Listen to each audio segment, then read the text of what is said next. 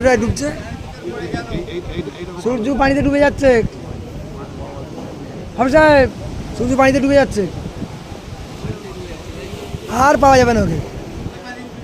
গেল গেল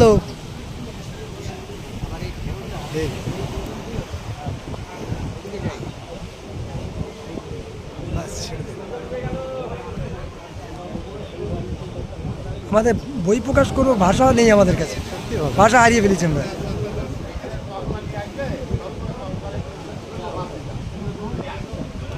একটা লাঠি এসে গন্ডগোল পাকাচ্ছে আমার। হ্যাঁ, ওই লাঠিটা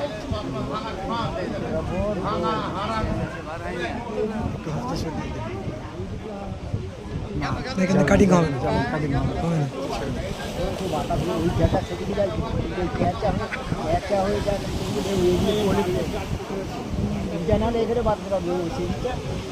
ওই একই এ পাশে পানিটা আছে বলে ওর পানি আলাদা এ পানি আলাদা, তো ওই জন্য পাশে ঢুকে নি জল ধরে আরো ইয়ে আছে, বজার আছে।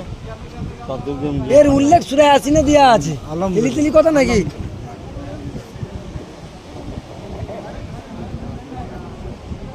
রিয়াল দো, 50 না।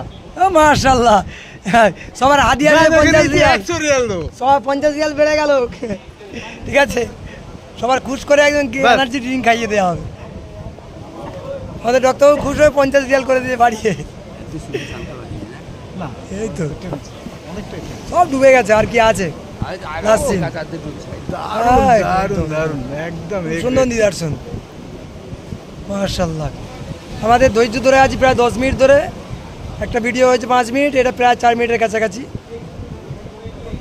কিছুক্ষণ আগে ছিল পুরো সমুদ্রের ভেতরে ঢুকে গেল সূর্য।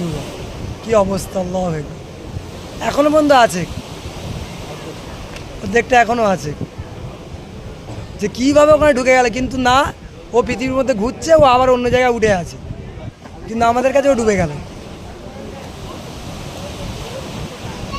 আল্লাহ পাক কত বড় বিজ্ঞান পৃথিবীটাকে সৃষ্টি করেছে। তেলের গ্যাস একটা উঠতো, তাই না?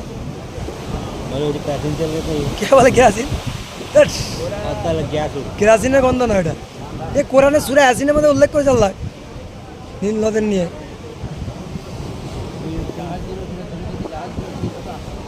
অনেক দূরে আছে ওরা, স্পিড করতো। সূর্য শেষ হয়ে গেছে। ছেড়ে দে।